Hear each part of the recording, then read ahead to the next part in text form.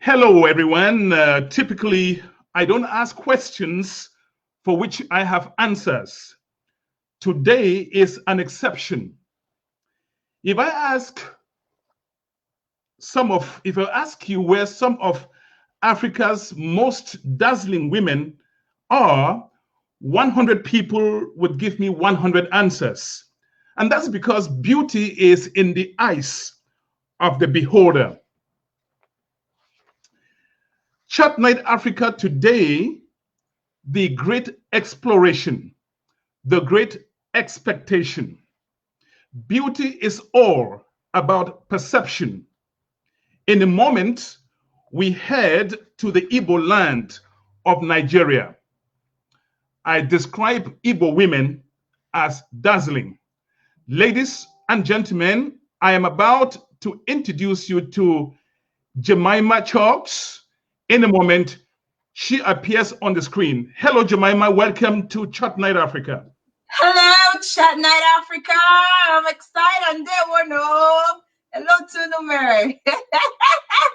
My name is Divine Nchamukong. I am anchoring this broadcast from Washington, D.C. metropolitan area. And there will be questions. Please type your questions, and I will bring up the questions for Jemimah Chuks to answer. Jemimah Chuks, who are you?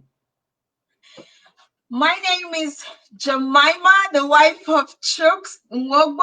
I am super excited to be on here. I'm also a talk show host for the Jemimah Show. I'm a realtor in Delaware. And most of all, I am an Igbo woman from Nigeria and the great land of the Igbo people. Thank you, Jemimah. As you can see, ladies and gentlemen, it's going to be fireworks on the show. I appreciate all of you online. And as I've said earlier, if you have any questions, please type the questions, and I'm going to bring the questions over to Lady Jemimah Chuks to respond. Once again, thank you for joining the show in your droves, in your great numbers. Jemimah Chuks, are Igbo women likely to win any African contest? And if yes, why? Well, absolutely. Igbo women are definitely, we are number one. I will tell you, the entire Nigeria, all over the world, we are the number one. We will win beauty contests. We will win, intelligence content. If you look at all over the world, you can see that we have Igbo women as top leaders in Africa. You have Ngozi Okonjo-Iweala, who was the World Bank leader for years, and she served in the World Bank, the IMF. She's also serving now in African Union, and she is there doing great things. She's an Igbo woman. So Igbo women are beautiful. We are educated. In the beauty pageant, we win all the time, as you can see. Yes, we will definitely win because we are talented. We are industrious. An Igbo woman is a hustler. Every Igbo woman all over the world, you will see they are hustlers, and we love education. Yes. Thank you, Lady Jemimah Chuks. And I have lots of people online watching this broadcast. If you are having any questions, please text the questions, and Jemimah Chuks will answer. This is Chatnite Africa. We are on a trip to the great Igbo lands of Nigeria. We are trying to find out if truly the Igbo lands of Nigeria host some of Africa's most dazzling women. Now, Jemimah Chuks, when I look at you as an Igbo woman, what distinguishes you is your headscarf. What's the secret in your headscarf? So our headscarf, as Igbo people, as Africans, and not just Igbo, our headscarf is a glory. As you can tell, it just spreads the beauty. It spreads the the love that we share. It kind of flows from our heart. So in Africa, and especially Nigeria, the Igbo people, our scarf is a glory to us.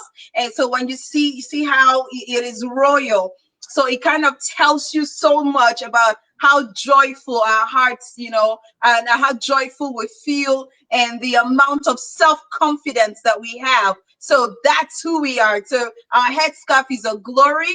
is our strength, is an exhibition of fashion and style and class for the Igbo people. And you are watching Jemimah Chuks, the talk show firebrand, and her show on Facebook and YouTube is the Jemimah Show. You don't want to miss this. And as you can see from her passion, this is one woman you cannot afford to miss when she hits the airwaves. Jemimah Chuks, I'm so happy and so thankful to you that you accepted to come on Chatnite Africa. As you can see, a comment from Nigeria by Amaichi Obudu. He said, Amechi, who knows tomorrow? Only God knows tomorrow. That's the meaning of that name, Amechi. And that's from the River State. Wonderful. Thank you so much, Jemimah. And we're having a blast today at Chatnite Africa. Now, I said in lots of broadcast promo for this show that Igbo women are just so beautiful. But they're so difficult. They're so far out of reach for men who want to come after you to get you as wives. Jemimah, why do you guys make yourself so difficult? Is it you, the women, or the culture of the Igbo people? Please reveal the secret here today. So the truth remains that the Igbo women are treasures of the land. In the Igbo culture all over the world, in our country, Nigeria, the Igbo culture sees a woman as a royalty and sees her as a peace gift from the gods. As you can tell, Africa will believe in the gods. I mean, Africans believe in gods of the land. So I'm a Christian, and I also know much about the gods and, history and stories my father told me, and my grandfather, my great-grand, our family history. So they believe in the gods.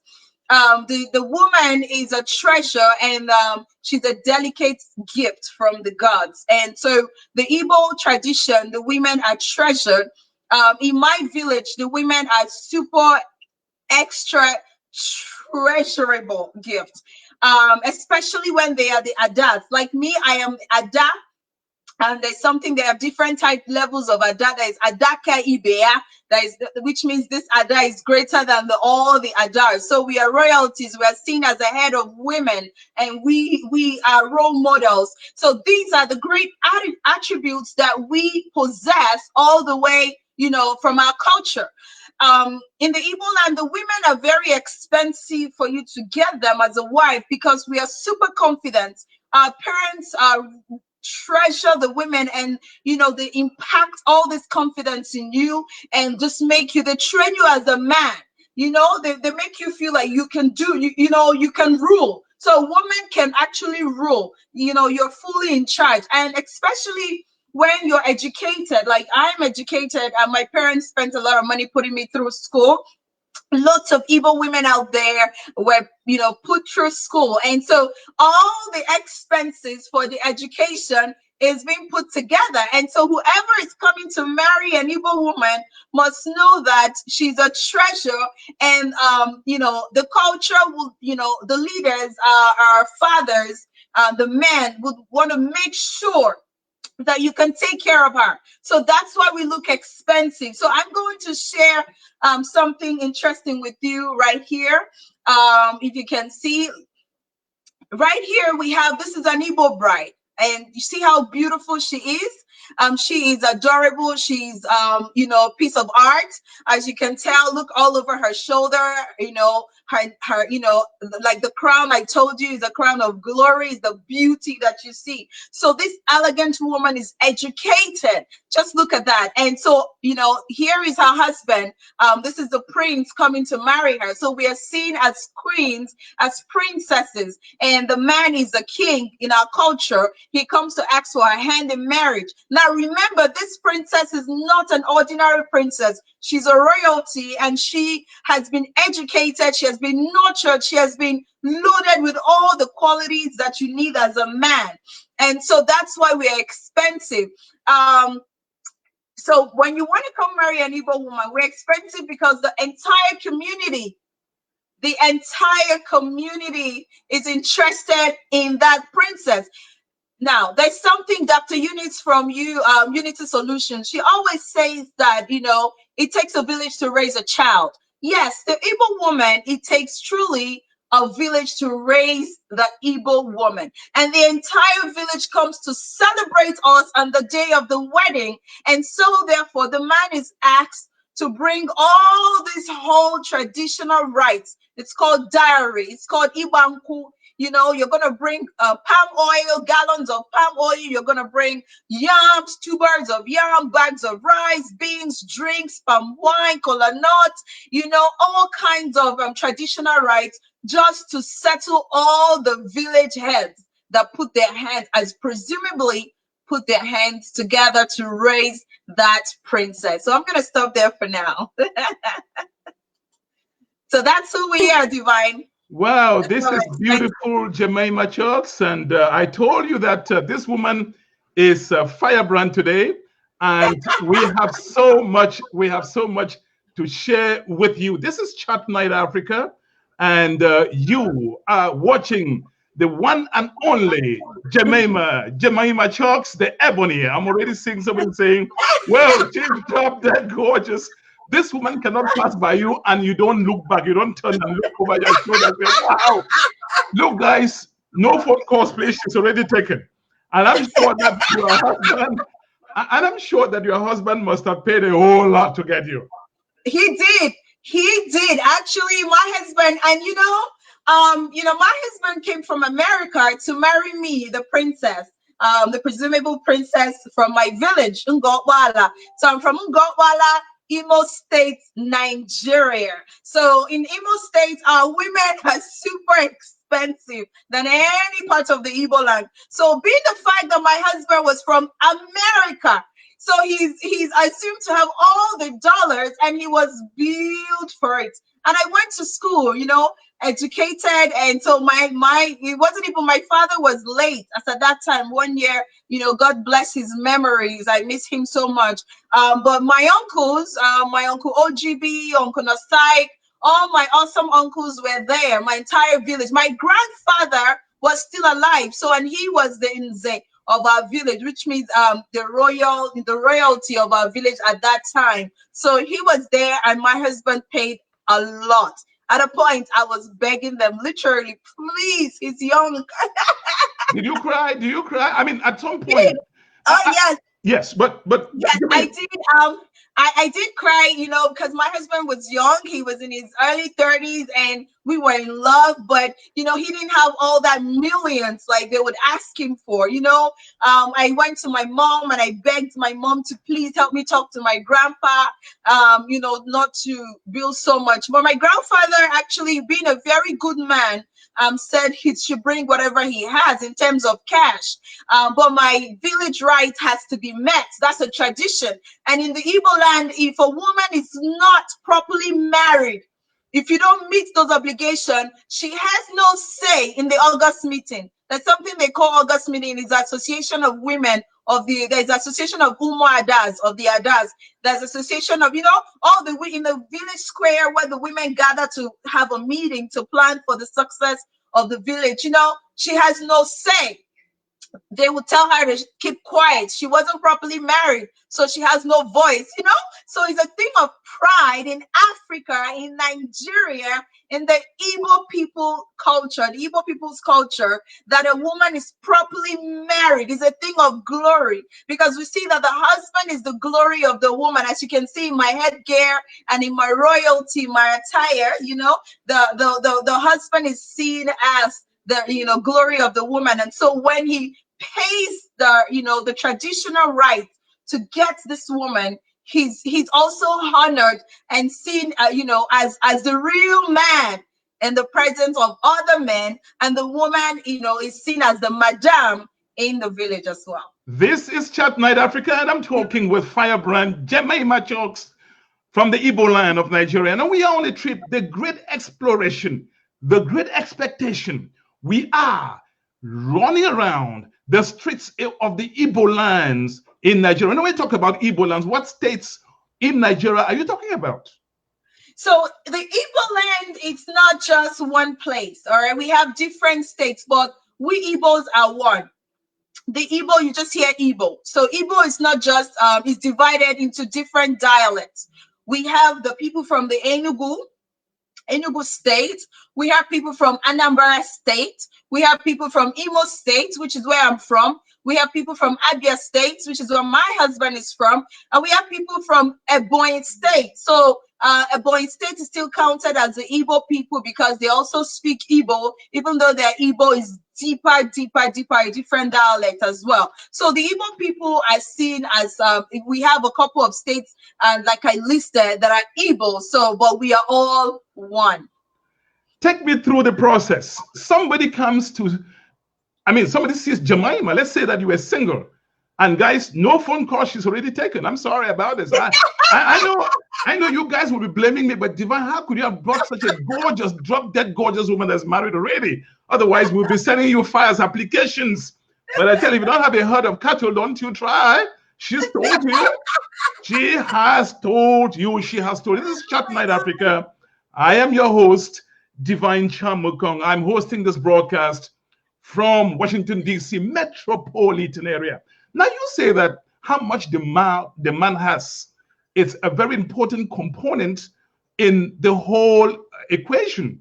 So when somebody sees a beautiful Igbo queen and wants to approach the family, two questions. Part A of my question is, who does the person contact first in the family? Part B of my question is, when the person finally contacts the family, are they asking, is your family, is the Igbo family asking if the person coming to marry their daughter is on a 6-figure income or a 7-figure income? Actually, yes, that is true. I will tell you that. It is it's fortunately true and unfortunately true. Now, fortunately is the fact that the Igbo father cares so much about the daughter that he wants to make sure that after he has invested these tons of efforts, finances, wisdom in this girl, that you're able to carry on. So he's like, the Igbo father is passing on the baton to the son-in-law, so the husband to be. So it's expected that it's a race that they're running, and he is passing on, this is my daughter, I'm giving you to her, I'm giving her to you temporarily to take care of her. So he wants to make sure that you're able to take care of his daughter. And that's why your income is very important. And they want to know that you're not jobless, you're not a thug, you're not irresponsible. And this is why, they go through all the rigorous process. Now, to answer your question, if you want to get married to an Igbo woman, who do you see first? The father.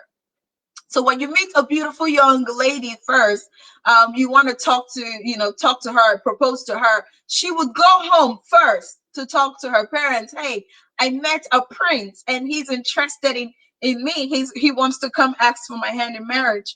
And the father would ask the daughter, are you sure?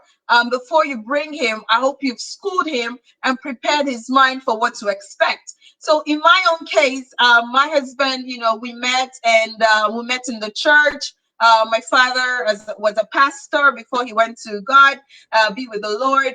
So my husband, being a son of my father, spiritual son of my father, when we fell in love, he was so worried about asking for my hand in marriage because he was afraid of my father, being the fact that my father was a very strict person, and he just knows that my father loves me so much. So in our case, long story short, he came to ask, he sent his parents. So in this case, you can send your parents, the young man can send his father, his mother, if his father and mother are alive. So in my husband's case, he sent his mom, his dad, and his uncles, and they came to our village, and they asked for my grandfather. They asked him, hey, we found an apple in your compound, and we are here to pluck the apple. Look, listen, in Cameroonian villages, they'll tell you that we saw a bunch of plantains that's getting ripe, it's mature, and we've come for it. But go ahead. Yes, so they came and they said to my grandfather and my uncles, we found an apple. And now when you're coming for that visit, it's called Ikwakanuzo. It means a knock at the door, like koi is how you do it in Igbo land. In Cameroon, they call it In Cameroon, they call it knock door. Yeah, but go ahead. Exactly. Knock, knock, knock. So, but when you're coming, you're not coming empty. Yes, it's called introduction.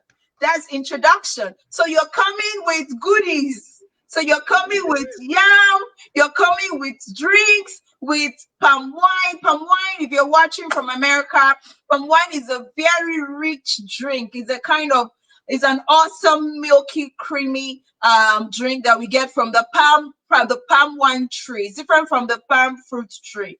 So those yes, like Divan is showing it now. That's for Ikwa Kanuzo. And you bring all those goodies, and they will drink first. They will drink the palm wine from you and eat all the things you brought right there. And they will welcome you while you're coming. Once the daughter tells them you're coming on that date, they will cook and serve you, welcome you, lots of food to eat, traditional food. And after eating, you guys will now tell them why you're here. All the expenses for that day is not counted at all. That's just the beginning. So Diva. So that's how we do it. So it's quite interesting. It's quite interesting. This is Chatnite Africa, and I'm having a blast today with the talk show queen, the queen of the talk show platform, the Jemimah Show. This is the Jemimah Chuks. Why shouldn't also the family of the man ask if the woman is well-to-do? Why is it only the man's family, the man who should have all this money in the bank and all these yams, boxes of yams to bring, and chicken and goats and so on? Why? Well, in the Igbo culture, responsibility of a home is financial responsibility of a home is actually seen for the man, his responsibility. So the load of the house is supposed to be put on the man. The man is the king of the household according to our culture. So the woman, her own responsibility is the kitchen and raising godly and moral, well raised up kids. She's supposed to make babies and raise these babies to behave well in the community.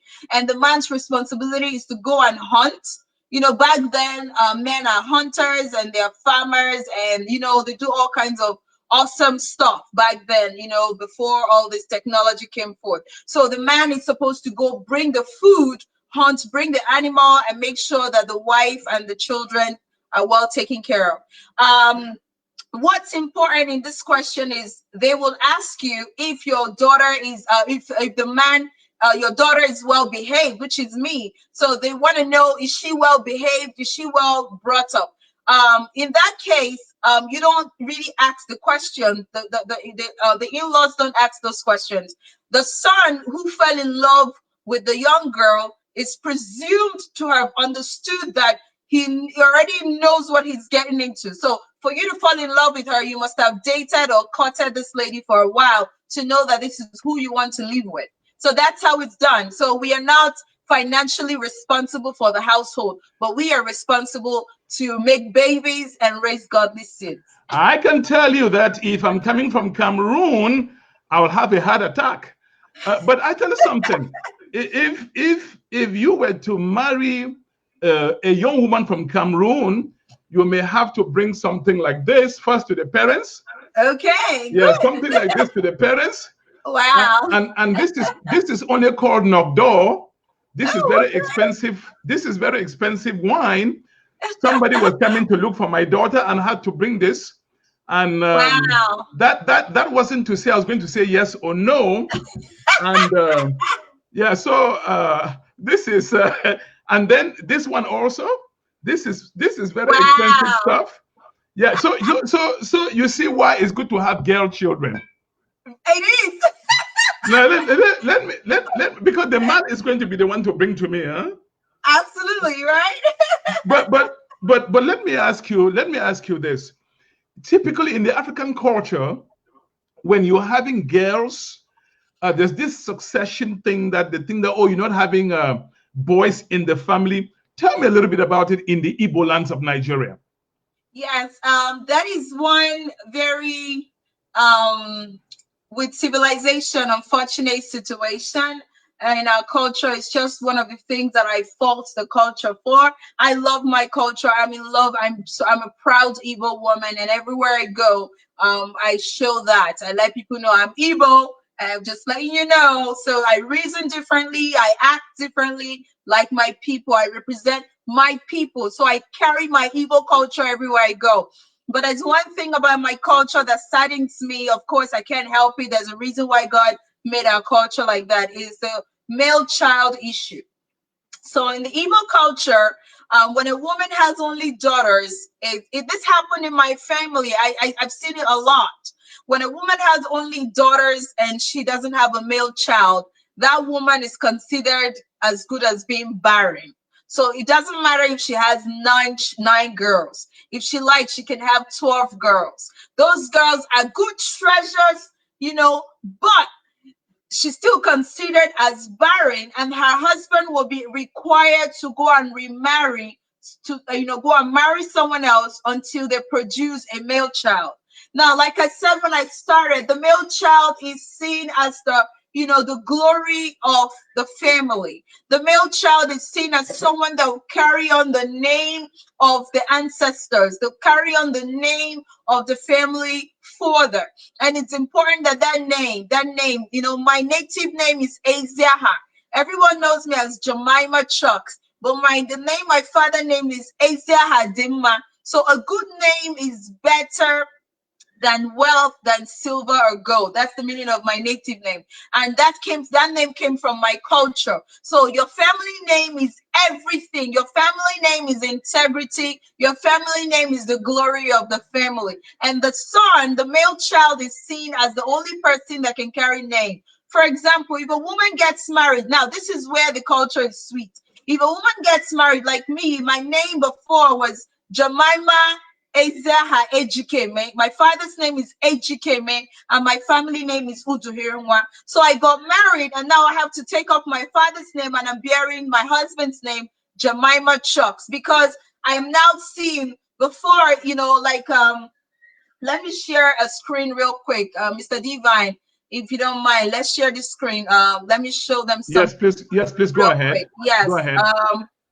Okay, I'm gonna share the screen. I don't know if you're seeing this. Yes. This is me when, if you can see that, that's me and my husband when we, first got married. Now, this was before, this was the first traditional rite. As you can tell in this dressing, I don't have my headgear.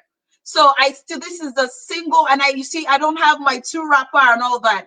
My shoulders are open, which means I'm single. I'm a single virgin that is about to be married. So we're still performing the rites. Now, after the wedding, you see, this was at the end of the rites. You can see here, I have my glory on my head, which is my husband. And so I'm carrying on his legacy, and I've moved from my father to my husband. So we can stop sharing now. So I've moved from my father to my husband. So and now my name will be changed from Jemimah Ejikeme to Jemimah Chuks. So you see that. Mm-hmm. I was going to ask you another question, Jemimah Chuks. Would Igbo women insist on keeping the name, the family name, even when they get married, or is it optional? Well, it just, with civilization, culturally is wrong.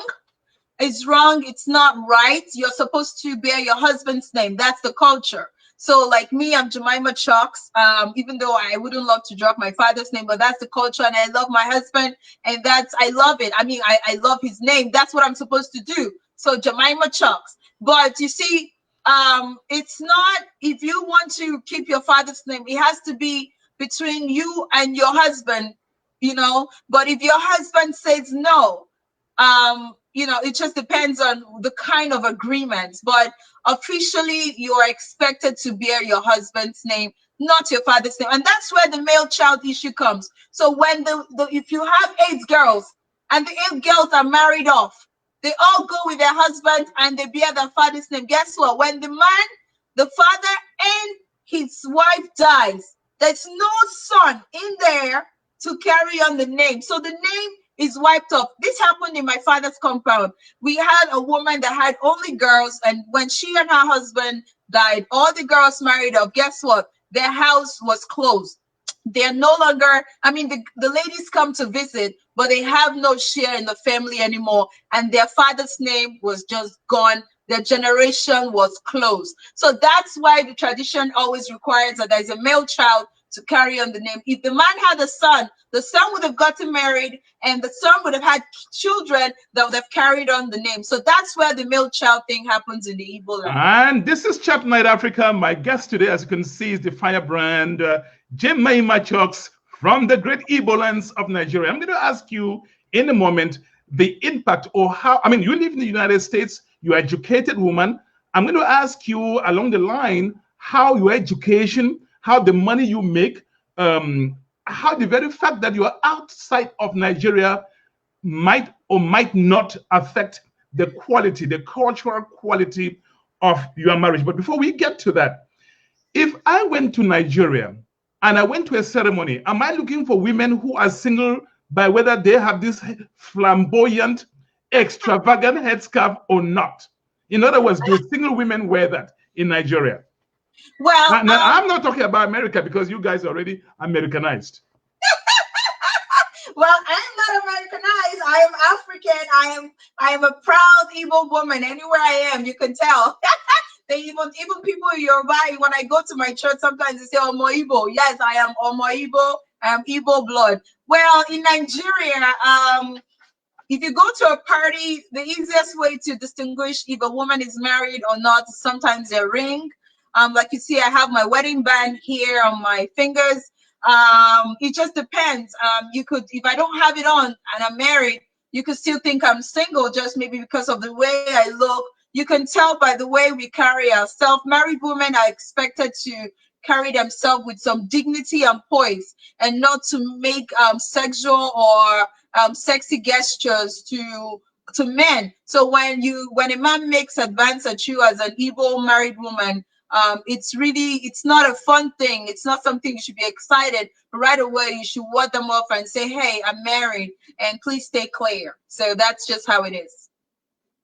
This is Chatnite Africa, and I'm with the whoa. Listen, when I start talking about you, I run out of adjectives. That's to tell you how serious this matter. This is to tell you how serious this matter is. How likely is an Igbo person, Igbo woman, going to marry a non-Igbo person? Now, when they approach you, do you ask, do you know what you're getting into? Oh, yes. Yes, that's a very, very sensitive question, and that's very powerful. I went through that. Some of our parents were tribalistic. There's something they call in Nigeria, just like you say, racism, right? We have that in Nigeria. Ours, we don't call it racism, we call it tribalism. Tribalism. So tribalism is the same thing as racist, being a racist, where you think another race is more superior than the other. So in the Igbo culture, we have that where we think that our tribe is more higher than another tribe, or we don't want to. Tribalism is where you don't want to associate, or you don't want to give another tribe an opportunity just because they're not from your tribe, you know. So the Igbo people and all over Nigeria, we have tribalism, and everyone practices that too. In my case, I had that experience. You know, to answer your question, yes, you want to know, first of all, what does your parents want from you? Like my case, my father made it clear, and he made it clear that you are not to marry from this tribe and that tribe, and that, even though he was a Christian, you know, and that baffled me. I was like, what? I mean, I didn't care because I wasn't in love with anyone yet growing up. And he kept saying it. You are not to marry from this so that you put it in your mind already. Exactly. So I remember when one young man, I don't want to mention any tribe, but I'm just going to share my story. Sure. He came to me and he fell in love with me. And there were two experiences. And he was from one of those tribes my father mentioned. And when he proposed to me, I said, look, you are handsome. And he was so over heels in love with me. And I was so scared because my father was a no-go area. My father was a very strict, loving man, and he would pick a cutlass, if you come to my house to look for his daughter. Yes, that's how severe my father was. So he came, he asked for my hand in marriage, and I said to him, I'm sorry, look, we can't even do this. Don't even bother. My father will not accept you. And I said that to the other guy. Oh, he must have felt really hurt. Yeah. Oh, he was. He was like, really? And you're gonna buy into that? I said, look, I have no choice. I can't. But Jemimah, tell me, why the source of discomfort? Is it that they worried that the man might not be able to enjoy or to eat ogbono, stockfish, and pounded yam? No, not that. It's not that. It's ignorance. And first of all, I consider it as ignorance and not being exposed enough, mentally exposed, and not being, able to accept other people for who they are and not seeing equality before God. We're all equal in the eyes of God, regardless of your tribe or your race or whatever you call yourself. We're all human beings. And I feel like some of these fathers that did that, were not really exposed. Now, secondly, it is culture and tradition and hurt. Hurt is powerful. Maybe someone from that tribe had done something to their ancestors, or someone from that tribe had taken their land, because back then land was the wealth. The land is the wealth of the African men. How much land? My great grandfather had almost the entire village. So he was the first to come into that particular area. And when you step into an environment as the first person, you put your flag down back then, and you declare that this territory is mine. So what that means is you take over the entire land and you own it. So when someone comes and, someone from that tribe does something and takes what's yours, is a hurt. And they put it to their children that you must not associate with someone from that tribe. So it's ignorance. This is Chatnite Africa, and my name is Divine Nchamukong. My host, my guest today is Lady Jemimah Chuks from the beautiful lands called the Igbo lands of Nigeria. Believe me, in Africa, we believe in polygamy. Is it the same thing in Nigeria, in the Igbo land? Yes, it is polygamy. Would you allow your husband marry another woman? No, I would not. Ah, yeah, there you go. You jealous woman? You're jealous, right? I'm a very jealous woman. I would not even allow him to have a side chick, a side cock, whatever. He dare not, or else he's in big trouble. Chuks, you hear me now? He knows. I thank God he's a pastor, so he would not even think of that anyway. But anyway, it's our culture in the entire Nigeria, not just the Igbo people, to be polygamous. Polygamy, if you're watching from America, is a situation where a man marries more than one wife. Yes. So it's allowed. Culturally, it's allowed. It's all about the man. Your financial strength determines your polygamous nature. So if you can afford it, the culture allows men to marry another wife. And oh gosh, for the man to marry another woman in the Igbo culture, the man has got to be a billionaire. Looking at how much it even takes to get one into your home. But people are rich. We are naturally rich because Igbo men are hustlers. They are industrious, and they're very rich, very rich. What is it about Igbos? Tell me. I mean, share the secret. What Igbos, I call the Igbos in Africa like the Jews of Africa. In other words, very, very business inclined. You see an Igbo person, an Igbo family, even if they're not educated, they'll be retailing peanuts in front of the door. What is it about the Igbos that make you go into business, always want to do business? What is it? Divulge that secret here today. Okay. Well, the Igbo people are naturally industrious, and we are business oriented. We love business. Like me, if you know me already on my social media platform, or if you met me before, I'm a businesswoman. I love business. Naturally, we see ourselves as descendants of God. We feel like we are loved by God. Like you said, we are seen as Africa's Israelites. We feel like we're God's own people because we have this natural favor and wisdom and extra grace from God for business. So even people do well in business is a natural gift. Just like you have the Yoruba people love education. The Yoruba people in Nigeria, they are very educated. They're all professors. A lot of them love to go to school. But the Igbo man prefers doing his business, and he becomes a millionaire through his business. So I think there's no big secret to the Igbo nature of wealth. I think it's a gift that God puts on our hands, on our palms when we're born. Chatnite Africa, live from Washington, D.C. metropolitan area. And my guest is connecting remotely from the beautiful state of Delaware in the United States. I said I was going to ask you a question about marriage and culture here in the United States, between the Igbos, among Igbos, and then marriage and culture back home. Before I get to that question, Lady Jemimah Chuks, let's talk about children and marriage. Do you have children? Yes, I do. Actually, I do. I have 3 kids. I have 3 children, and my first is a 9-year-old, my second 7-year-old, and I have a new baby, a 3-month-old baby. Yes. Let me tell you something. I'm taking you down a certain valley. Okay. If you get married to an Igbo woman, and both of you, I said both of you, I didn't say the woman is not producing children, because in the African tradition, typically it's the woman who is seen as not being fertile. So if the couple isn't producing children, is the marriage likely going to fall apart? Well, it's a yes and a no. It's a yes because it depends. It all depends on the orientation of the man. Like I said, the man is always the king. In the Igbo culture, the man is the head, regardless of how much education you have as a woman. You are expected to submit to your husband. The culture sees that. Like in my own case, educated, but my husband is is the next to God over my life. I have to submit to him. It depends. If the man is educated and well exposed, and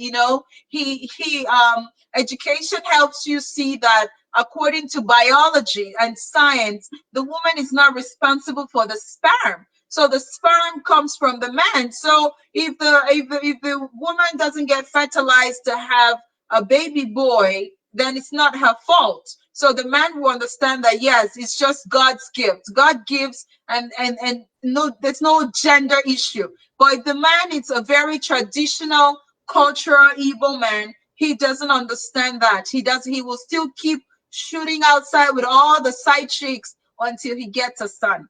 And before I get to my main question, what I'm going to ask you is about being married to an Igbo woman and having children. Let me ask you this question. It's kind of personal a little bit, and forgive me for that. When you were married, were your parents counting 9 months after when the marriage, we went and lived over with their husband? Of course, that's normal. Every parent does that. Yes. Yes, and let me tell you this. Once you get married, the first 9 months, your mother is on her knees praying for the fruit of the womb. And this is one secret that your mom might not tell you. The day you will tell her that, Mom, I'm pregnant, she's going to lift up her hands to God and say, thank you, God, that you did not put shame on my head. So when a woman in our culture is barren, it's a big issue for her parents. And so for my kids, yes, my mom was praying. And when I told her I was pregnant, she was so happy. And when I had the baby, and the baby looked, that's another issue. The baby has to look like your husband. So if the baby does not look like your husband, that's a big problem. They're going to be like, what happened? Baby, So when the baby, my daughter looked just like Chuks. I remember my mother-in-law, when she came visiting, when she saw the baby, she's inspecting. She's inspecting.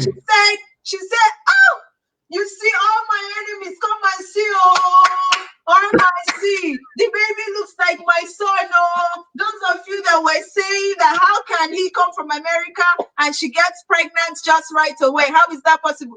This is me. Oh, it's just Chatnite Africa. I told you in Cameroon, you get this. This is the knock door. They come. That's what they bring first. Right. Somebody brought this to see my daughter, to see me about my daughter, and some fine wine. This one too. Wow. That's We don't beautiful. ask too much money anyway. But the question I am leading now to is, talk to me a little bit about being married to an educated Igbo woman like you in America, and being married to an educated woman like you in the Igbo lands in Nigeria. What's the difference? Well, the difference is knowing who you are and where you're coming from. Sometimes women come from Nigeria and they just Americanize and they forget their culture. I mean, that is good too if your husband has Americanized too. In a case where your husband did not Americanize and you alone Americanized and you forgot your culture in terms of being submissive and trying to take over the house and just be the man of the house. So there's a whole lot of issue, and that's where a lot of divorce comes in. But if you come to America as a woman, as an Igbo woman, and you know who you are, whose you are, and where you're coming from, you understand that regardless of the amount of education that you have, you need to submit to your husband. So it's a two-way thing, right? It's a two-way thing. The man has to also understand that you're educated, and it's just you and your husband being able to reason together, understand each other, and respect each other. Now, back home is the same thing too. Even if you're educated, the man has to be able to reason. You both of you reason together and agree together. It's all about respecting each other and respecting each other's preferences in terms of culture. Just respect and submission is everything in the Igbo culture. In the Igbo culture you reference, and that's what we're talking about today, Right. what is submission to mean? Now, we're not talking about Christianity because not every Igbo person is a Christian. So, what Right. in traditional sense of respect, how is it manifested? How are you expected to respect your in-laws or to be submissive to your husband? Walk me through the process. I'm not from the Igbo land. Well, submission, it's one everywhere, but it's spoken in different languages. It just depends on what you and your husband has agreed to work on. For me and my husband, submission is being able to let him into my world, and he knows everything I'm doing. I have to discuss. It's not like I'm taking permission from him, but I have to tell him where I'm going, the businesses I have that I really have to do, and to get his blessing and support. In a case, sometimes when you do things and your husband is not aware, and you just go out of your way like a woman that doesn't have a glory, like a head, like I said, the scarf is a glory that represents your husband covering your head. Even in the Bible, you have to cover your head. That's what the Bible means, that God is your glory, your husband is the glory of the woman. So you have to tell your husband, like, when I have a meeting, hey, someone called me today. This is what we discussed. This is what. So my husband is actually my manager. He knows everything I'm doing just because we're friends, and I love it that way because. For my own case, my husband is very smart, and I pick his brains a lot when I want to make decisions because he's always there to watch my back, and because I know I'm a very fast-going person. I just like to go get it. But my husband is that one person that will say, "Hey, slow down." And when I'm upset that I'm about to hit the person, my husband will be like, no, you don't want to talk. So for me, that's submission. I don't see it as him being over me, like trying to squash me down. But I see my husband as a blessing, as God speaking through him to me to direct my life, and it's been beautiful. And I haven't made mistakes. I make mistakes on my own, but I see that two heads are better than one. So my case submission, your husband is a better head, and for your husband's case, the wife is the better head. Tell me a little bit, Jemimah Chuks, are there ways, certain mannerisms that you expected to demonstrate when you are in front or you are sitting with your in-laws, your mother-in-law Oh or your yes, father-in-law? Tell me, yes, like of what? course. How exactly? Well, I know you can't cross your legs. That's respect. I knew you were going to say that, girl. I knew that. When I growing up in my father's house, I was so used to crossing my legs every time. My mom had to always, she kept telling me, put your feet down, put your leg down, sit like a princess. You can't sit that way. So in front of your in-laws, you can't be in front of your in-laws and then you just put your leg across each other and you're talking to them. You have to comport yourself. And when your in-laws come to your house to visit, you're supposed to welcome them. And the same way you respect your husband. I mean, some women don't respect their husband, but in the Igbo culture, you're expected to respect your husband. The way you serve him food, you have to serve your in-laws. Yes, it's tradition. You have to cook and serve them. And it's just all about your understanding and how you see it. For me, I serve my husband his meals and I love him. He cooks for me too. So we have understanding. So culture requires that you respect and honor your in-laws to the same way you honor your husband. It's a respect thing though. And how is your husband to behave when he meets your mom or your dad? Respect. How so? I mean, show me how. Why? Describe it a little bit. I'm not from your land. You can expect my curiosity. Sure. When my mom is coming to visit, my husband is actually on his toes like this. He's, he feels like he's on his toes. He has you better not. You better not make your mother-in-law angry. Exactly. And you don't want to do that. Because my mom is going to be like, oh, is this how you treat my daughter? Is this how you treat my daughter? And oh, we need him at this point. You know what it means is like, you this man. So this is how the daughter I gave you, this is how you maltreat her. So my husband, of course, he never maltreats me. He's the super most amazing husband ever. I tell you that my husband is the best. So, but naturally he's on his toes. He serves her. He, when I cook, my husband will carry the food to serve my mom. You check on her every morning. Hey, mom, are you okay? Do you need anything? So he pampers her and makes sure that my mom is okay. That's what tradition requires of him: respect and honor. The Igbo culture, we honor our parents, and our parents are actually our responsibility. It's our responsibility to take care of them. That's what the culture requires. So when you marry a woman, now, Divine, I'm listening. I just tell you this. Oh, tell me. When you marry a woman, you marry her entire family. What does that mean? What it means is the responsibility of the entire family is on your head, especially when you marry the Ada. Ada, tell me something today. Yes. You're killing me today.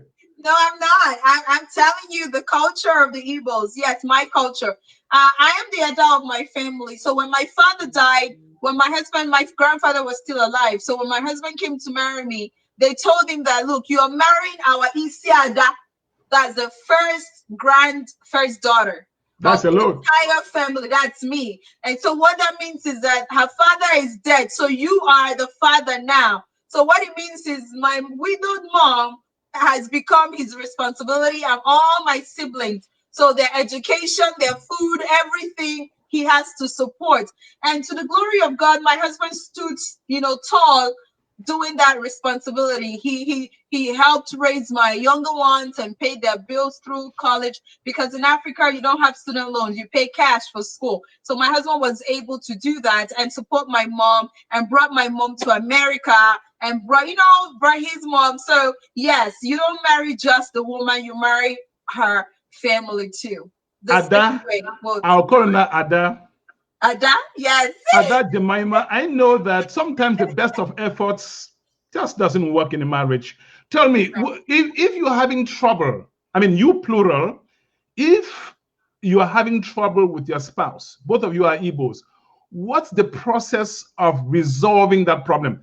Let me ask you a question directly. If your husband makes you mad, who do you go to? Assuming that you're not Christian, that you pick up the Bible and start praying, we're going to see the pastor. Okay. Oh, well, if my husband makes me mad, in the Igbo culture, you are expected to go talk to your mom, right? But it all depends on the kind of mom you have. If your mom is a peacemaker and is a home keeper, there are different kinds of women. There are women that are home wreckers. There are mothers that are home wreckers, there are mothers that are home keepers. So for me, I'm fortunate enough to have my mom, who is a home keeper, a homemaker. So if I go talk to my mom, I'll tell her what my husband has done, and I'm pretty upset, or what I have done, and my husband is pretty upset. So with her wisdom and her years, decades of experience in marriage, she's obligated to teach me how to behave, or how to go kneel before my husband and touch his feet and tell him how sorry I am and make him feel like the king, which is something that we lack right now. A lot of women think that gender equality, I and my husband are equal, so I can't go apologize. I can't beg him. So my mom's responsibility is to say, you are the woman, you have wronged your husband, or your husband is upset. You just have to go find a way. You know, my mom would teach me how to make win my husband's heart back. So, and that, in our culture, it means going before him, kneeling down, touching his feet, and say, hey, sweetheart, I'm sorry. Look, it's all my fault. Let's just make peace. So I will go to my mom as a homemaker. She will teach me what to do. And when I do it, you know, peace reigns again, both ways. Yes. I'll ask you to flip the coin if your husband is the person wrong. But before we get there, this is an educated woman, Ada, Jemimah, Chuks. You make good money.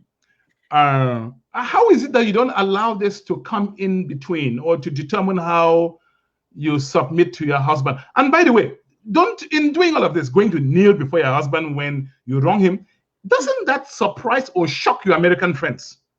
It does. It does shock them because like I said, it's a culture, and that's where diversity and inclusion comes in. You know, where in America is a different thing, and you have to know who you are, whose you are, and where you're coming from, and the kind of man you're married to. It's really wrong to be married to a traditional man and you treat him like a Western civilized man. So if your husband is cultural and traditional, you need to understand him and follow him that way. If your husband is a civilized Western American man, you understand him and follow him that way. For my own case, my husband is both. My husband is a mixture of a cultural man, and also he's a mixture of the traditional man. For instance, my husband doesn't eat American food. He hates burger. My husband doesn't eat sandwiches. He doesn't eat mac and cheese. I can tell you what your husband likes. Ogbono and stockfish and pounded yam. Exactly. Hey, look. You asked me how I know this. I'm from Cameroon. No, exactly. Yeah, you asked me how I know this. Look, listen. There was a time that Cameroon was playing against Nigeria, the Green Eagles, in the days of Peter Rufai, Samuel Okwaraji, JJ Okocha, and then on the Cameroonian side, we had Thomas Kono, Roger Miller, and the I mean, these were soccer powerhouses in Africa. Then the day that Okwaraji collapsed and died in the field, I heard. I was pretty young. I heard. Yeah. You were young. You were young at the time, a teenager, I guess. I went to this Nigerian household. They invited me over in a town called Bamenda in Cameroon. And I went and they cooked this thing. I thought it was okra soup because I had never known anything about ogbono and stockfish. Wow. At that, I sent my hand inside stockfish. Inside here, love right meat, goat meat, stockfish. I said, my mother, I'm dead here today. So I asked them. So I asked them. I asked them, what am I eating? They say, ogbono and stockfish. I said, can I come back for more? That's how I knew what your husband loves the most, ogbono and stockfish. It cannot be absent in the kitchen of an Igbo woman. Are they alive? You're right. We have the okazi soup. Actually, this afternoon, I made my husband okazi soup. Yeah, my husband doesn't eat nothing else but swallow. He loves swallow. Swallow is our food, you know? Let me ask you a few last questions before we wrap up this broadcast. It was intended to be an hour. When you want to get married, when you were getting married, what was your mom telling you? Because usually I imagine that the person speaking the most to you, whispering in your ears about the ethics of marriage, how you please your husband, how you do this, is your mother. What was she telling you? Well, you know, every mom will tell you, "Don't disgrace me." That's the word. Don't go and tell your husband, shut up with your big head. Honestly. So I have my brothers. I have two older brothers, right? My elder brothers, when I fight with them, my mom would say, "Oh my God, is this how you fight your husband? Is this how you fight your husband? This girl, no, you know, don't bring my leg out." So in our culture, don't bring my feet out. You know, don't lose my wrapper. You know, we say it in our culture. You know, like you see here, I have two wrappers as a married woman. So your mom will say, "Don't lose my wrapper, you know, in the public. Don't expose my nakedness, my whole nudity in the public." So my mom was always telling me, "Remember all the morals I taught you, all the ethics, and how to, you know, treat your husband, how to honor your husband, how to respect your husband." I remember one of the things my mom said to me is, when your husband is talking and you're upset, please go and take a cup of water and sip a lot of water in your mouth and hold the water there so you don't reply. So that was one of the things my mom taught me, how not to have a sharp mouth or quick mouth that just replies, because you know, that actually fuels the whole fight and makes, you know, men upset. You know, my mom taught me all that on how to, you know, hold my peace and control my temper and know when to talk and when not to talk. So she taught me all those moral, you know, characters. Now, I couldn't wrap up this program without asking you, does your husband have to come and kneel in front of you when he's wrong? No, How does in the Igbo culture, how does the man make amends? You know? Well, he buys you all the good stuff in the world. Uh-huh. I knew that. Our culture does not, our culture forbids the man to kneel down before his wife. Mm. Yes, as a king, it's a taboo for the king to kneel down in front of you. Actually, you'll be smitten by the gods. I mean, back then, for those people, I'm a Christian, I'm a child of God. I don't believe in all those ethics. I must tell you that I'm a woman of God. So, but I'm just sharing culture and tradition with you. In my Absolutely, culture, it forbids the man to do that, but the woman, you're advised to, you're expected to do that. So my husband, in the Igbo culture, when a man upsets his wife and wants to appease his wife or beg for forgiveness, he doesn't, you know, have to. I mean, I'm not talking about the civilized man. Right. I understand. I'm not talking about the American man that will say, "Honey, I'm sorry." No, in our culture, the man just buys you a new Hollandis. Hollandis is a this is our culture. It's one of our rappers, right? I So know Hollandis. they call Hollandis. So the man will buy his wife a new beautiful George or Hollandis or lace. And this is a lace. My husband can buy me this and buy me new jewelry, buy me new headgear.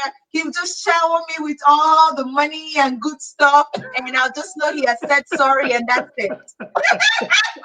And you know, we women will like that. So me, tell me sorry like that, I forgive you already. Jemimah Chuks, you're killing me here today. What does an Igbo man do for the wife on Valentine's Day? Flowers? No. I knew that. Because the flowers will be in the dustbin within minutes. I'm telling you, how can you bring me flowers? What do you get? What do you get? Am I, you know? Oh yeah, we get money. Credit card. Credit card, cash, you know, give the Igbo woman some good money. She'll be happy with you. Buy her lace, buy her, you know, we don't really, the natural Igbo woman, I'm not talking about the American Igbo woman. You can buy her flowers, that's fine. I mean, I don't like flowers. I mean, on my Valentine's Day, Chuks knows not to buy me flower. Like, I will smell it. African women don't want flowers. What's next? What next? You know? They want money and credit card. What's the next thing? You know? I'm just being real. I don't want no flowers on Valentine's Day. I know he loves me, and the Igbo love language is different. And there's something they call love languages, and you have to understand love languages of your, you know, different love language of your spouse. For me, flowers are not my love. I love it. I'll just smell it. I'll take pictures on it. My friend, make sure there's something else. I need a package. My friend, it's not only you. I need lace. I need money. Give me money.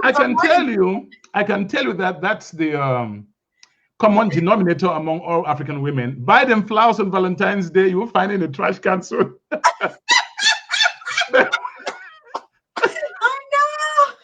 You'll find a trash can.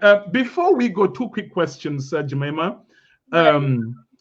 Usually when people get married, especially in Africa, and pretty much in all African countries, Cameroon, and likely probably Nigeria, people are looking at, from the day that you got into your husband's home, people begin to watch whether your weight has changed. Oh, yes. What is that to mean? Oh, yes. As you can see, okay, let's share. Let me share the screen again. Mr. Divine, you want to share the screen? So you can see here, when I got married, you can tell. You see how skinny I was? You know, I was very skinny. And let me show you the last picture. See how I was a little skinny? And now look at me now. You can stop sharing screen now, Mr. Divine. So you can look at me now. You can tell the difference. See, I'm all chubby. I have my chubby arms, you know. So this is the glory of the man. It's the Igbo woman is expected to gain some weight. Weight is the beauty of the Igbo woman. So, I mean, the American woman is different. She's supposed to lose a lot of weight and be slim and beach ready. The Igbo man doesn't want a slim, fit woman, because when a woman gains weight and she's full and chubby and has the waistline, the African man loves their women to have the big, you know, down waist. You know, when your wife's waist is big, it means that you are chopping some good food, you know. Look, listen, when you look at that picture, I see a girl. I don't see Ada yet. I see a girl called Jemimah. Now, when I look at when I turn around,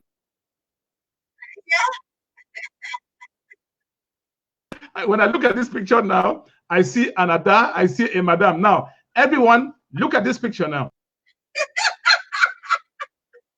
Yeah, of course. Ada, you just so excited. You're one fabulous human being. And thank you so much. Your husband is lucky. And this is why I say this. I watch this Nigerian guy. He makes a lot of videos online, and he says in America, what it takes for a woman to become really headstrong is just $50,000 a year as annual salary income. Did you watch that video ever? Well, it's true. Unfortunately, it is true. Yeah. Unfortunately. Now, the last question I'm going to ask you is, before I ask you for your concluding remarks, was Chinua Achebe an Igbo? The late Chinua Achebe, the writer? Yes, he's considered Igbo, yes. Okay, anyway, I'd like you to share with us one or two best Igbo proverbs. I'm sorry, if you don't remember one, that's okay. But if you remember any Igbo proverb, please. When in Cameroon, we used to read a lot of novels written by Nigerians. Believe me, you guys write fantastic novels. And I'm not saying that because the right thing to say. I'm talking to you now. Ask any Cameroonian from the English part of Cameroon, they'll tell you we read a lot of novels. And those, I mean, Arrow of God, No Longer at Ease, Burning Grass, and all those beautiful stuff.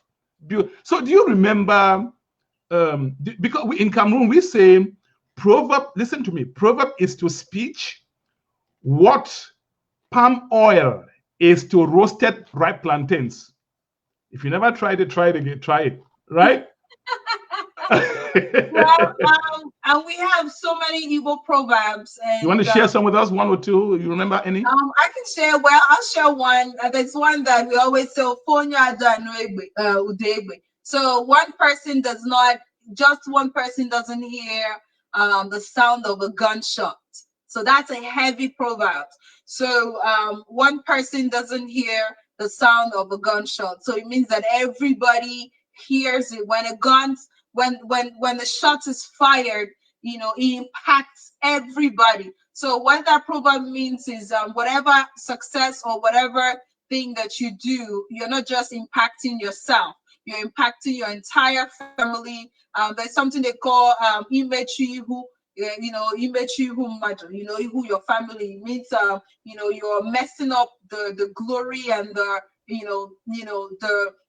the glory of your entire family. So when when you commit an atrocity or you do something bad, that affects your family. So for it's just like one person doesn't hear the sound of a gunshot. So when it's blazing and it's happening gloriously for you, glory to God and the glory to your entire community. And when you're messing up out there, shame on you and shame on your entire community. Well, because I have so many Igbo friends, I have an Igbo proverb that I know. I mean, somebody told me it is you don't look for a black goat in the night.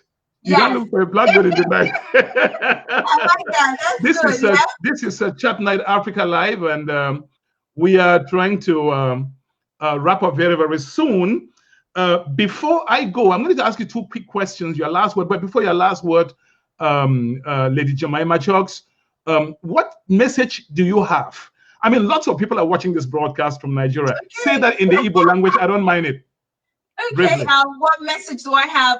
Well, the message I have is for women all over the world, and as a Christian woman, as a cultural Igbo woman, I would say that if you really, really want to understand who you are, go back to your culture. Your culture is your pride. Your culture is who you are. And you are your culture. And whatever you do as a woman, you represent your family and your entire village. And that applies to every human being out there. Unfortunately, here in America, it's different. It's different from the African Americans. I still consider the African American people as Africans, because culture is who you are. The African American person is really African, but they were robbed off of their cultural memories. That's the difference. But we are all one. We're all Africans. The truth is, your culture makes you who you are. Your culture shapings you. Your culture is the pride that you have inside of you. And never let anyone rob you of that culture. It's very good to socialize, and cultural diversity and inclusion is very powerful. I love it. At the same time, you also need to know that for you to understand other people's culture, you need to appreciate your culture too. Because the reason why you have people who are racist and don't like people from other cultures is just because they don't understand their culture and their traditions and who they are. If you really know who you are, you'll be very confident and very, proud of your heritage enough to appreciate other people's heritage. So culture is everything. Africa, we are one. My message to the world is, hey, your culture is you. Celebrate and cherish your heritage, because that's who you are. And you will be able to pass it on to your children and keep the legacy going. And say something now in Igbo to all the people in Enugu, Anambra State, and other Igbo lands in Nigeria. I'd like to hear that in Igbo.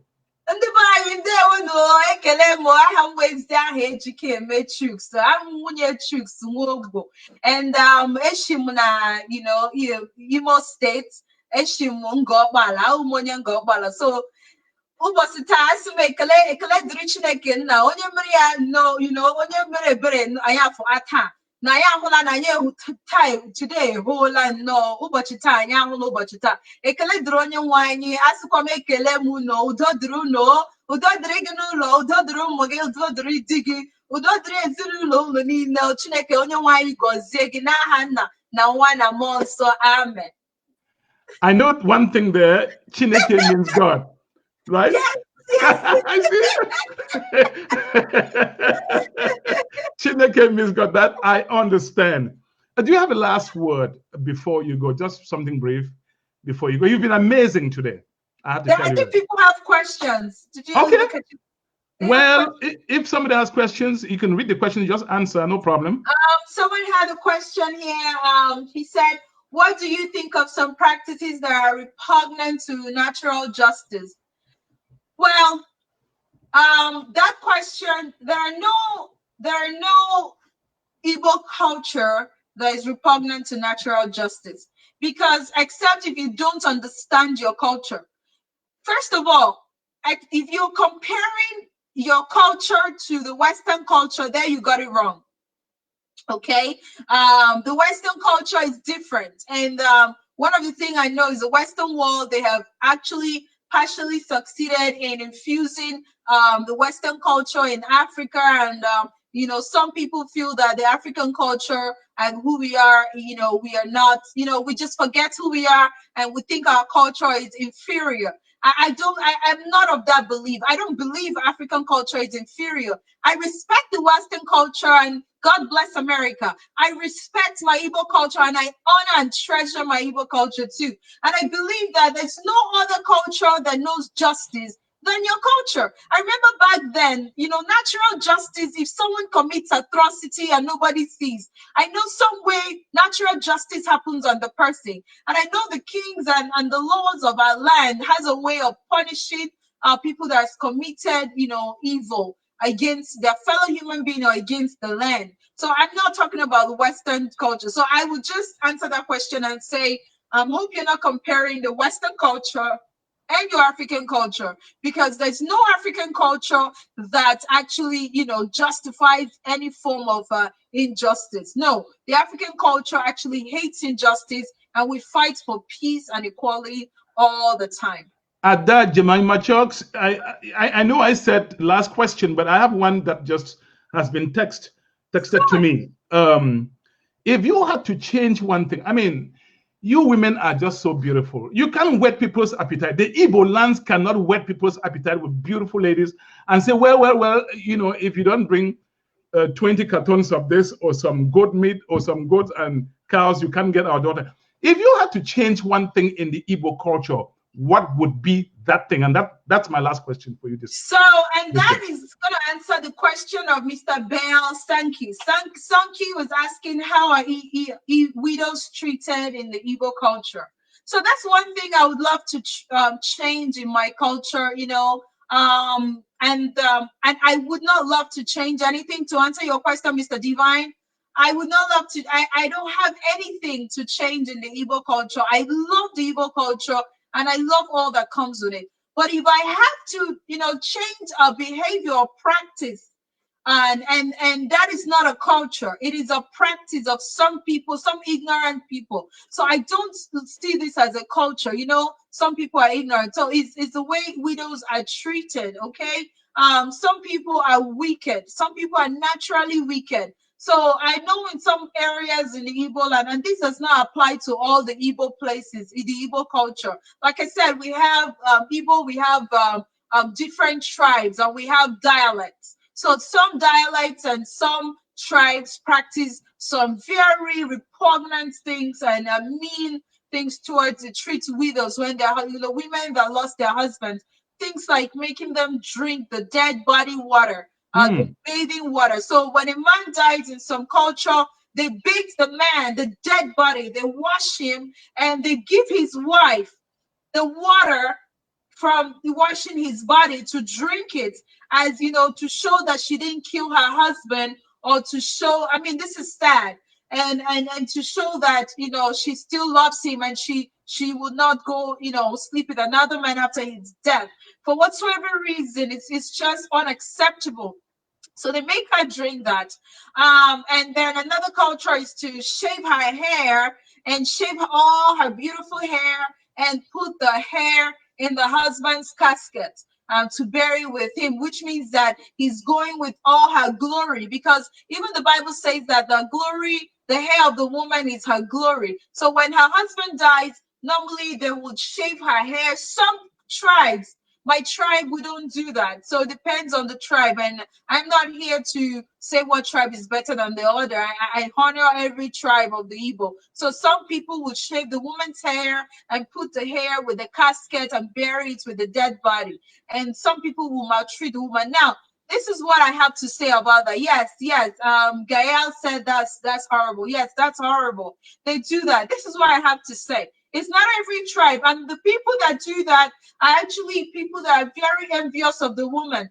Let's say if a woman is beautiful and she's chubby and she has a beautiful waist, so normally she attracts enemies, envious people. Other women are naturally jealous of her body shape and her glory and her beauty. And if her husband is rich, that makes it worse. So, and she has unknown enemies naturally. And when her husband dies, those enemies are other women in the village, in the community. They show up And they're the ones that actually manifest the hate. They manifest that hate on her on the day of the funeral or during the season of his burial, because they're called burial rites. So they do those, they actually show, they make her do weird stuff. They make her feel rejected. Some women, they just, curse you out and they accuse you of killing your husband. All those hate. I want you to know today that that's not our Igbo culture. No, that's not our culture. But like I said, that is from envious and jealous other women. And unfortunately, it's women that do those things. So those women now get a chance to get back at you for being beautiful, for having a beautiful waist, and for being successful, and for your husband being rich, and they are being unfortunate. So those women are unfortunate souls, and I'm talking to them today. As many of you, someday your husband too will die, and you'll be treated that way. So you need to stop it. Nobody wishes for their husband to die, and no woman should treat another woman like that. And this is me talking to all those evil women that are jealous and envious of another woman after she loses her husband, and you use the opportunity to maltreat her, calling it culture. It's not our culture. That's not who we are. We are great Igbo people. Igbo people are God's people, and that's not who we are. These are just unfortunate women exhibiting hate and jealousy at the slightest opportunity when they see a broken woman. That's what I have to say. Thank you so much. We could go on and on and on. And that's because the Igbos have a very, very rich culture and tradition. If we were to explore all the angles to these cultures and traditions, we'll be here till tomorrow morning. I cannot say thank you enough to you. But listen, I introduced you as someone with a very strong social media presence from your presentation. I think anybody knows that, can feel that across. When are your shows airing and where? So the Jemimah show is live on YouTube because of the pandemic. So we have brought the show live to you at your home. The Jemimah show is just the and then Jemimah. So THEJEIMAMAH, Jemimah, and then show SHOW. And you want to go to our YouTube page, and we will be live there. We're on Facebook. But our shows are live. On Monday would just be me giving you inspirationals and charging you up for the week. And on Friday, we'll be having special guests of honor. We interview governors, and we interview senators, and we interview House of Representative members all over the world, Africa, Asia, UK, America. So you want to go like and follow the Jemimah show, and I'll be on there live. So what I do, I'm born to build champions, to inspire, and hey, I am called to make sure that you're doing okay. That's who I am. This is Chatnite Africa. Chatnite Africa is Africa in miniature. It's not only for Africans, but that's where the world meets Africans. That's and right. Africa. Yeah. Because you see, as I say, we Africans, we have to tell our own story. We cannot depend. We can't rely on Western media to tell our story. After all, if it's our trumpet, then only you can blow it the loudest, and only me can blow it the loudest. That's just the way it works. All right? Lady Jem, you are one huge, fabulous. You are beauty screams. Thank you so much. I really appreciate this opportunity to share the Igbo culture and to come on Chatnite Africa. And Mr. Divine, I want to celebrate you. I want to thank God for you for promoting Africa. And I am so honored. I'm humbled to be here for this great opportunity. And to everyone watching, I need you to like this show, follow, go to Chatnite Africa Live. Mr. Divine has the professional business page, so I would like you to go on there. I'm gonna be coming on, every now and then. We're just gonna be doing this together. Absolutely. Hey, go ahead. And absolutely. I love you all. The partnership is engraved in stone. I can tell the partnership between the Jemimah show and Chatnite Africa. Believe me, we are here for each other. Thank you, ma'am. You've just been one heck of a woman. I'm telling you. Beautiful ebony. Hey, look, listen, before you go, you raised a lot of issues, a lot of questions. I know, right? If you still have questions for Jemimah, post them. By all means, in the green room, she will come to respond to you. It's been a pleasure, my friend, having you on Chatnite Africa. Thank you for coming. Thank you so much, Jibola. Well, let me say hi to people I think I see a lot of people. I see Funke, Morike, Fasuru. Thank you, Mr. Jemimah. I see Bel Sonke. Thank you, Vera Awad. Thank you, Mimi Bosong. Thank you, Gael. Gibristal, thank you. And as many of you that are watching, I love you. I love. Go follow this page. All right, we're gonna do it live. Woo-hoo! Amen. Thank you so much, James. Lady Jem, thank you so much. Thank you. Thank you. And that's where we round off the show, ladies and gentlemen. My name is Divine Nchamukong. As you realize, she's just been a dynamite on this show. She will be coming back. This is not the last time she's coming to Chatnite Africa. I love you all. Please go ahead and share this broadcast. Like the page, because very soon I will not be broadcasting from my personal page. Everything is being migrated to the business page. That is Chatnite Africa Live. It's been wonderful spending your evening. I know there's evening in Africa, West Africa, London. Here in the United States, many parts of the United States is still afternoon. We really appreciate you spending a good chunk of your evening or afternoon with us. Chatnite Africa is where Africa, the world, meets Africa and Africans. Thank you so much for watching.